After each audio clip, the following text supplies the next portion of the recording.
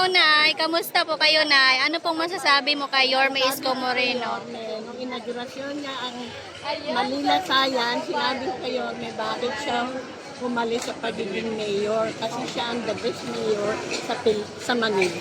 Opo. Yun lang masasabi ko. Kaya dapat bumalik siya ulit. Diba?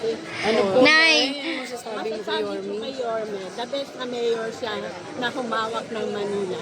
Lahat na ng klase ng mayor, naabutan ko dahil 70 years old na ako. Opo. Pero si Mayor Isko Moreno, siya ang pinakagalis. Nakita ko ang divisoria na nalinis talaga. Opo. Talagang napakahusay. Kaya dapat talaga bumalik siya. Kaya ako nag-transfer ako ng boto ko. Wow. San Juan, Manila na ako ngayon ulit. Yan. Kasi bala ko talagang iboto siya ulit. Nay, nung panahon ng pandemic, Nay, kamusta naman po? Ano masasabi mo nung panahon ng pandemic? May natanggap po ba kayong mga ayuda? Ng Diyos, hindi po naputol ang ayuda. Wow. Yun ang masasabi ko.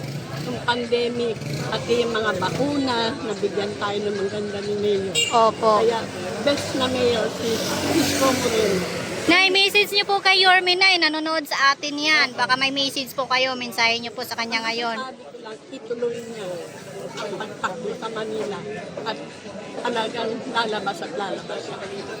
Ayan. Thank you so much, Nay. Pagkakataong ka, Nay, ano gustong sabihin mo kay Yorme? Masasabi ko na kay Yorme, yun na nga po, ang sabi ko na po sa inyo, pinakamagaling na mayor si Yorme.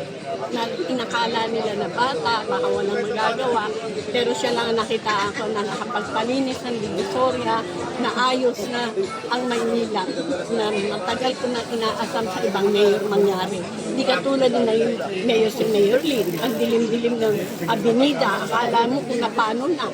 Ganon din kay Mayor Atienza noon, naging madilim din ang Avenida. Pero kay Yorme talagang lahat nabuksan. Kaya yung nasasabi ko, mahusay si Mayor. Tuloy niya lang.